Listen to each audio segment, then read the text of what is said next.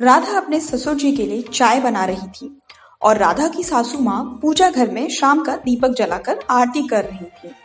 राधा के दोनों बच्चे दादी के साथ आरती में मग्न थे। बेटा घंटी बजा रहा था तो बेटी दादी के साथ सुर में सुर मिला रही थी। राधा की सासू माँ को एसिडिटी की परेशानी थी और डॉक्टर ने भी उन्हें चाय पीने के लिए मना कर रखा था। रोज राधा के पति सुभाष अपने पिताजी का चाय पर साथ देते थे, लेकिन आज वह किसी काम से शहर से बाहर गए हुए थे। तो राधा के ससुर जी ने राधा को बोला, बैठो राधा बेटी, आज आप हमारे साथ बैठकर चाय पियो। राधा अपने ससुर से बहुत ज्यादा बातें नहीं करती थी, बस काम के वक्त ही वह अपने ससुर जी से बात करती थी। चाय के लिए बैठने का आग्रह वह टाल नहीं पाई और उनके साथ चाय पीने बैठ गई। राधा बेटी, आज खाने में क्या बना रही हो? ससुर जी ने राधा से पूछा। पापा, मैं आज लौकी के कोफ्ते और आलू पालक की सब्जी बनाने की सोच रही हूँ। आपका कुछ मन हो तो बता दीजिए, राधा ने ससुर जी से पूछा। अरे नहीं बेटी, जो मन बना लिया है वही बना लो, तभी खाने में स्वाद आता है, पीछे से सासू माँ ने कहा। ठीक है मम्मी जी, कहकर राधा जाने लगी। तब उसकी सासू माँ ने कहा, बैठो, थोड़ा तुमसे बात करनी है। सुभाष तो कुछ सुनना ही नहीं चाहता, कम से कम तुम्हें तो पता होना ही चाहिए। पता नहीं कब हम बूढ़ा बुढ़ी भगवान को प्यारे हो जाए। राधा बोली, आप ऐसा क्यों बोल रही हैं मम्मी जी, अभी तो सब ठीक ठाक है। तब राधा की सासू माँ ने कहा, देखो बेटा, जन्म और मृत्यु किसी के हाथ में नहीं होते और वक्त रहते सही फैसले ले लेने से परेशानी कम हो जाती है। बात तब की है जब मेरी शादी हुई थी। हम सब गांव में रहते थे। सुभाष के पापा नौकरी के सिलसिले में शहर आते जाते रहते थे और इनके बड़े भैया गांव में सारी खेती बाड़ी संभालते थे।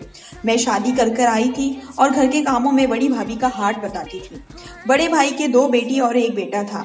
1 साल बाद मैं भी माँ बनी और सुभाष का जन्म हुआ। कुछ शारीरिक परेशानी की वजह से हम दूसरा बच्चा नहीं कर पाए और उधर भैया ने सारी जमीन जायदाद अपने नाम करा लिए। जब सुभाष के पापा को पता चला तो भैया ने कहा, तुम्हारा तो एक ही लड़का है और तुम्हारी नौकरी भी अच्छी है, भला तुम्हें जमीन जायदाद की क्या जरूरत है?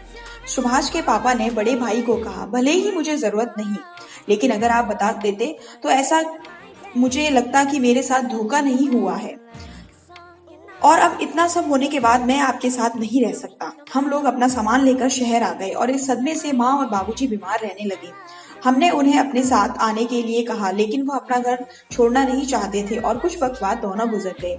हम सब उनकी रस्मों को निभाने के लिए गांव आते जाते रहे। सुभाष इस बारे में सब जानता है और वह अपने पापा के साथ हुए धोखे को भुला नहीं पा रहा है। वह ना तो कभी गाँव जाता है, ना ही कभी अपने भाई बहनों से मिलता है। बड़े भाई को अपनी गलती का एहसास बड़ी भाभी और उनके बच्चों ने करा दिया है और वह माफी भी मांग चुके हैं, लेकिन सुभाष समझने को तैयार ही नहीं है। मैंने और तुम्हारे ससुर जी ने महसूस किया है कि तुम बहुत अच्छे परिवार से हो और तुम परिवार का महत्व जानती हो, तो क्या तुम हमें हमारे अपनों से मिलाने में कुछ मदद नहीं कर सकती हो? बिल्कुल मम्मी जी, ये तो मेरा सौभाग्य होगा अगर मैं 2 परिवार को मिला पाऊं। कुछ दिन बाद राधा के मम्मी पापा की शादी की 50वीं सालगिरह थी और राधा के परिवार का सुभाष के गांव में आना जाना था। राधा ने अपने भैया को कहकर सुभाष के ताऊजी और उनके परिवार को भी निमंत्रण भिजवा दिया।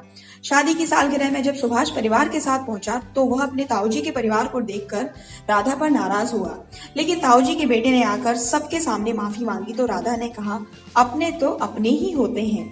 सुभाष ने बड़े भाई को सीने से लगा लिया और पूरा परिवार खुशी से झूम उठा। राधा के सास ससुर ने राधा को ढेरों आशीर्वाद दिया और कहा, तुम बहुत अच्छी बहू हो। अगर ये कहानी अच्छी लगी हो तो इसे लाइक और शेयर जरूर करिएगा और इस चैनल को सब्सक्राइब जरूर करिएगा।